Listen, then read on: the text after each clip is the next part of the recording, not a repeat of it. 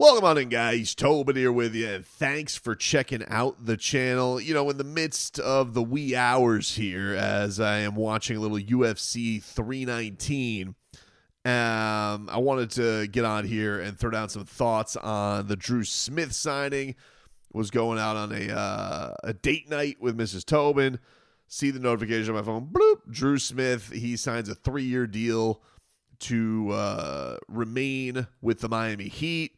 There was some talk, obviously, with Dru Smith. He was in a position where he could no longer sign a two-way deal with the Miami Heat. And so, hey, it was his time with Miami coming to an end. We know there's a lot of fondness there from the organization, reportedly, especially from Erik Spoelstra. Loves the guy and, you know, was coming off of a pretty devastating injury. He blew out his Achilles. I was in the building for that.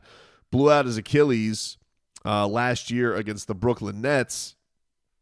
And it was pretty devastating. Yeah, I mean, it was a devastating thing because it was, I really think at the time, Dru Smith was probably playing some of his best basketball of his career. You're like, this guy finally, you know, a lot of people kind of looked at it cockeyed, like, hey, why is this guy in the roster? This dude, you know, who just plays with just incredible motor, but he doesn't have the prettiest offensive style. What is that? What is this? And you really started to see the fruits of his labor come through because he already had a devastating injury the year before where that stupid-ass court in Cleveland that is elevated off, he tore his ACL. So he was already coming back from that, and then, boom, you have this Achilles injury. And, you know, yeah, you're wondering, it's like, eesh, you know, that's bad. ACL, then an Achilles, what is that comeback going to be like? And even on the timeline, you're like, all right, is he going to be back at the start of this year? You know, all these things are just fair questions. We didn't know. And, yeah, I can't say I'm a little confused. I'm not surprised. I'm not even ripping it. I'm just, you know, a couple of things had me miffed with the signing. Not surprised because know the fondness that the organization has for him. I do think the organization, I'm not saying this is the reason they made the move, but in a 24 hours where everybody was like, man, what you guys did to Haywood Highsmith was kind of heartless. Like, you just, a guy who was a developmental project, you guys just kind of dumped on the Brooklyn Nets for nothing. That's pretty cold-blooded. You got Jimmy Butler and Draymond Green making fun of this. Remember, you know, Jimmy reportedly freaked out because at the shoot-around they announced that Haywood was replacing him in the starting lineup. So you have this move that seems pretty heartless, and now you replace it with a very heartful move of signing a guy that just everybody loves in Dru Smith and just seems like an A-plus dude. But it is a little confusing. I'm not going to sit here and just ignore the fact that, you know, it is the deepest part of the team is the Miami Heat guard depth. And it didn't really feel like if they were going to use to stay under the tax one spot, why use it on Dru? You know, it's a little confusing to me because you look at the guard depth. All right, we got Tyler, we got Norm, we got Davion, who is a new wrinkle into the Dru Smith arc. When Dru Smith got hurt, Davion Mitchell was not on the Miami Heat. So you have that defensive first dog point guard who's now already on the roster. You copy that with Pelle, who is basically what you would think is the first insurance policy after Davion goes down. Then you drafted a point guard in Kasparas Yakachonis, and you still have Terry Rozier on the roster. I mean, I think if the Heat could be any clearer, they have no interest in playing Terry Rozier. I don't know what else they would have to do, but yeah, it was just a little, like, that's where they're going to go with their roster spot because, you know, well, I can say, okay, well, Davion is a pulled hammy away from them needing a defensive point guard or a true point guard to kind of fill that void. One, I don't know if Dru Smith's going to be ready to go. And two, I don't know what he's going to look like off an ACL and an Achilles defensively. Hopefully he looks awesome, but I don't know. So I'm a little confused by it. And you look at the big depth, they got Bam, they got Ware, They got Nico. And then they got Vlad Golden on a two-way deal.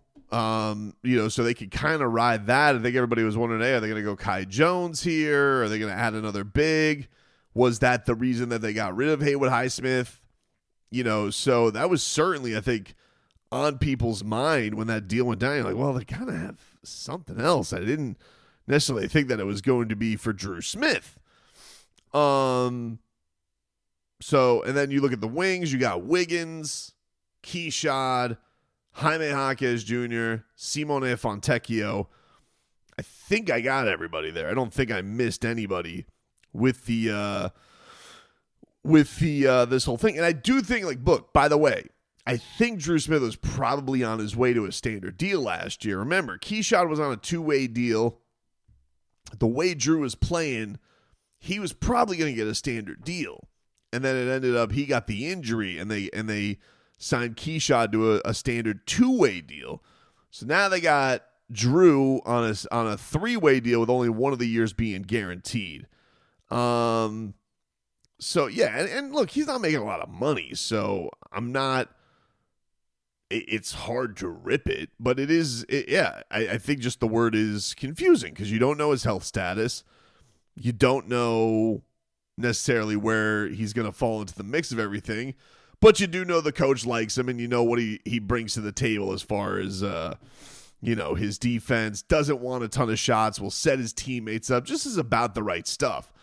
So, but with the development of Pelle Larsson and the acquisition and re-signing of Davion Mitchell, it does feel more like a heart signing than it does necessarily a need signing. But that being said, look, it's not like he's going to be a useless player for this team. You're always going to need guys who can go be tenacious defenders on guys, especially if the foul counts get up. So I guess there's that thought process to it. Speaking of Pelle, by the way, what a demon. I mean, this guy is, no matter what the league, no matter what the game, this guy is going to put his head down. He is going to draw contact, and he is going to get to the free throw line. Pelle Larsson, once again, was an absolute storm. I mean, the guy just is like, oh, there's contact for me to get. I'm going to go out here, and I'm going to just do that. And I'm going to score baskets in the paint, and I'm going to be intense. I'm going to dive all over the floor. And that's exactly what he has been doing for Sweden. He's had some big games. Sweden maybe necessarily hasn't had the best results, over this. They're not like Serbia. They're not a powerhouse. And I do think that they're leaning on Pelle a lot, but I think that's all great experience for him. And I'm just like watching these highlights of him. I did not watch the game like I did the Jovic game, but I was just like, Jesus, man, every time I see this guy, no matter what the game is, he just feels like he is absolutely, drawing contact, frustrating guys. And that was the case with Sweden. And they lost, but he was once again I believe their leading scorer. I'm getting the box score right here. Oof, this FIBA Live stats, man. Sometimes they get a little squirrely with their stuff. But yeah, he was the only guy for Sweden today. Scored double digits, 5 of 8, 2 of 4 from downtown, 5 of 8 from the free throw line. And let's see, steal, block, 3 assists. Did have 3 turnovers, but yeah, nobody else can put it in the basket for that team. So he's really getting the experience of like, hey, go carry us, Pelle. Go do what you can do. And he's trying to do it. But it has been fun to see. It has been fun watching this stuff on the international stage with the Miami Heat. But he's another one where I'm like, well, with his development, with Davion back, I don't necessarily see the minutes for Dru Smith. But then again, I don't think they want to rush him back either. I think they did want to do right by him. They wanted to take care of him. You follow up a day that seems a little cold with a day that's a little bit warmer for your franchise. And, you're hopeful that you don't have to rush now Dru Smith back. He can come back when he's healthy to come back. And when called upon, you feel like if he's right physically, he can provide some things for you that the coach is going to trust him with. But so great for him. And it's going to be interesting to see where this whole depth chart falls once we get to training camp.